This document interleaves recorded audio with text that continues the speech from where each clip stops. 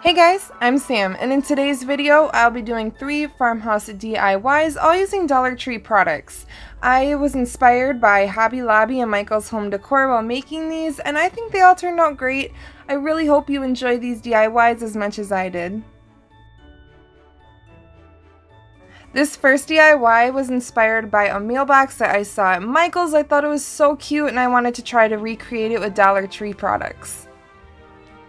You'll need one of these tin mailboxes, one of these recorders from the toy section, one of these from the Christmas section, and you'll need paint. I got mine from Walmart for super cheap. Today I'm using silver spray paint, gray chalk paint, white paint, and black paint, as well as some red paint I forgot to picture.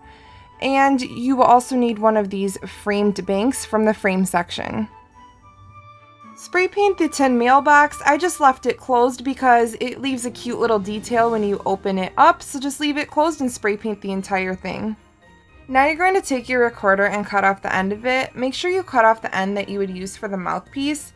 It took me a little while, but after a while of sawing with my scissors, the end finally came off, and I obtained victory against that darn recorder. Now take the recorder and paint the entire thing black. Don't forget to get into all the crevices and grooves. And this is the cute little detailing I was talking about earlier and why you want to leave your mailbox closed when you spray paint it. Now I took the gray chalk paint and I splotched it all over the mailbox using this sponge paintbrush. I picked up a pack of them at the Dollar Tree. And I learned this galvanizing painting technique from Crafts by Caitlin. I will link the video down below. I messed up at this part, so I just used the sand block and buffed it out and then repainted over the part I messed up at. So any parts you mess up, just use that, and you can get a sand block at the Dollar Tree.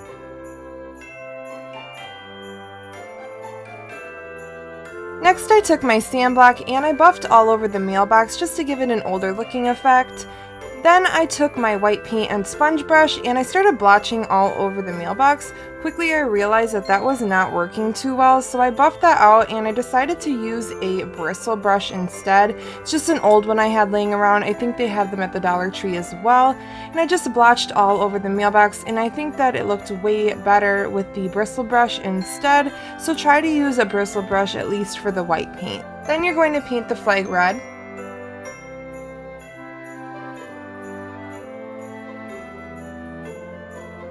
Now you're going to take one of the picture frame banks. I put a hole in the back of it using my scissors. I'm showing you the motions I used to get the hole there. I did not want to put a hole in my other one because I'm saving it for another project. And then I took the paper out of the back of it. I then took off the little knob that you use to hang it up, and I painted the entire thing black. This step is optional. I used some stamps that I already had. You can use any stamps that you have or none at all. I then placed a stamp on the mailbox and one diagonally to that one. Then I used the gray paint and I used the same splotching method all over the stamps and buffed that out. I did the same thing with the white paint. Then I took a pencil and I wrote letters to Santa on the side of the mailbox. This does not have to be perfect. I do not have very good handwriting at all, but I just tried my best. Then I took the red paint and traced over where I wrote letters to Santa.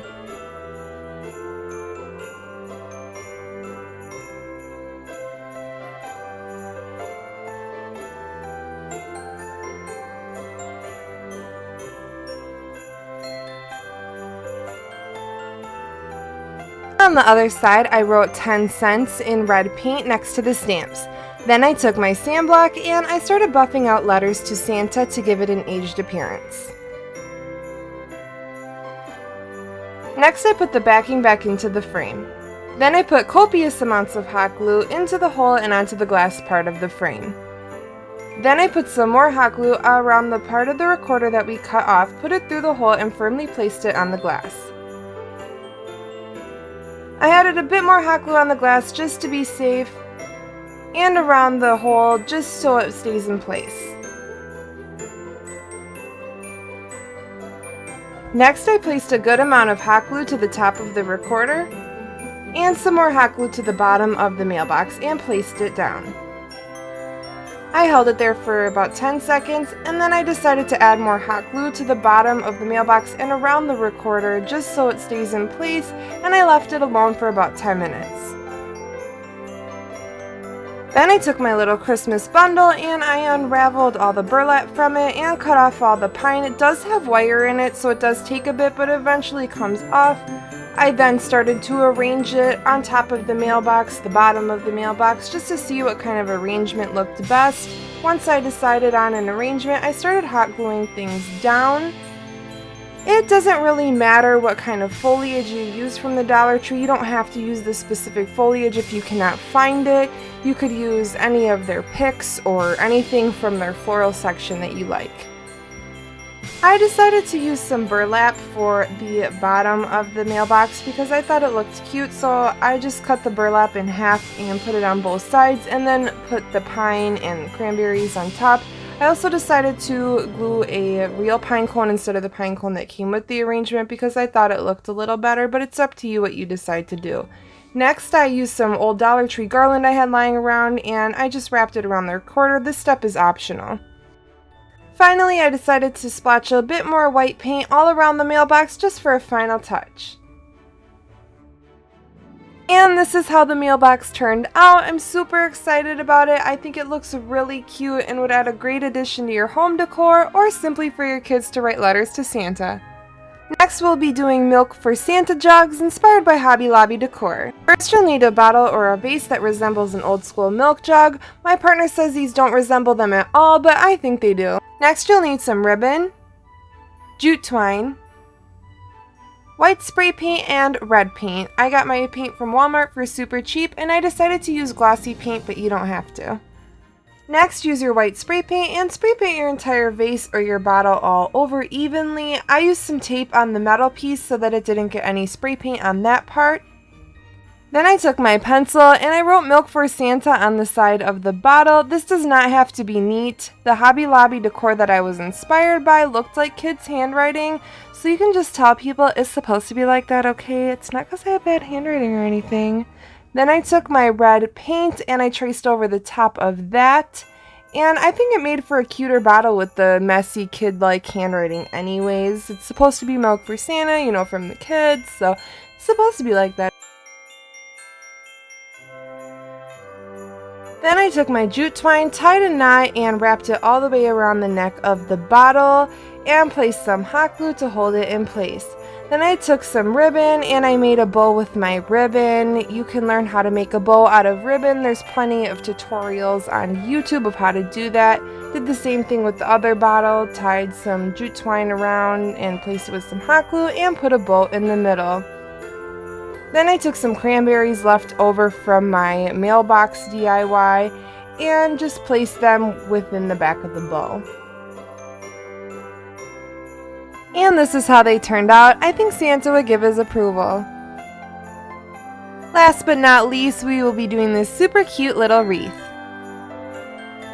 First, you will need one of their wreaths. I used this one because I couldn't find one of their small wire wreaths. And you'll need 2 of their ornaments. I'm using the Joy and Owl ornament. And next, you'll need one of their fluffy white scarves. Then I cut my scarf down the middle, making it into a flat fabric. I then cut the ornament off the wreath. You won't have to do that if you can find one of their small metal wreaths in your Dollar Tree. Then I took some hot glue and I put it in the middle of the wreath, folded one side of the scarf over and then the other side of the scarf over on top of that. And I kept doing that all the way around the wreath until it was fully confined.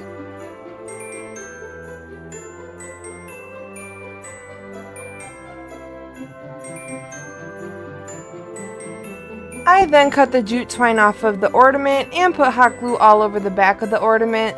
Then I placed the ornament where I wanted it on the wreath. I did the same thing with the owl, placing hot glue on his bottom and putting him on the bottom of the wreath. He did start to fall forward, so I ended up putting hot glue on his sides to better place him. And this is how it turned out. I think it looks super cute. I did end up adding a little pine cone in between the pine on the Joy, and I think that ended up looking great. And that concludes my DIYs for today. I hope you enjoyed them as much as I did making them. If you did, please leave me a comment down below. Let me know what your favorite one was, or just let me know your thoughts on the video. While you're down there, please consider subscribing because everybody needs a Sam in their life. Don't forget to hit that notification bell so you know every time I upload a new video. If you like this video, please hit the thumbs up because it really helps my channel out. I hope you have a wonderful weekend, a wonderful holiday, and a wonderful day wherever you are. Thank you so much for watching. Bye!